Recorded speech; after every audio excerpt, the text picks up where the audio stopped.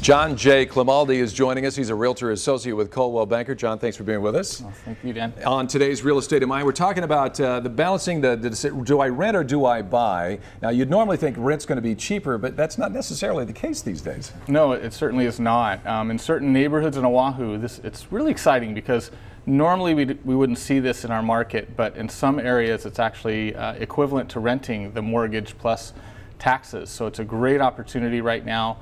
First-time home buyers, there's a lot of programs out there.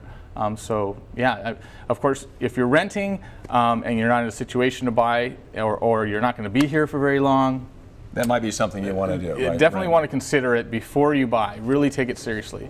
But once you make that move, it's a great opportunity and a great time to buy right now. Okay, so it's not necessarily the case that renting is cheaper. The programs that we were talking about before we stepped up here on the air, conventional lending in condominiums, for instance, you said 3% down is possible now? 3%'s down. Another exciting thing that's happened is the owner occupancy rate is no longer a factor in some condominiums. Some buildings where you couldn't normally get conventional lending, you could now. You certainly can, right. Yes.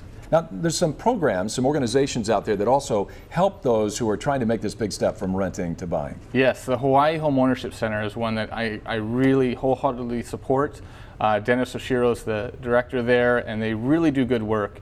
They're basically a nonprofit, HUD-approved organization that helps people get to that place, plan and get to that place to home ownership. The bottom line of this, John, is that don't discount buying thinking you need a ton of money and that it's going to be a lot more expensive than renting. Oh, definitely. I mean, we have USDA funding in some parts of the island with nothing down. We have 3% down.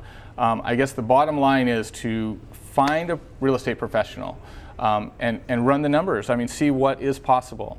And I'm always amazed at the number of people I talk to that didn't think homeownership was within the reach. Right. It actually is because of the 4% lending that we have now, just over 4% to buy a house, unheard of in the 30 years of lending.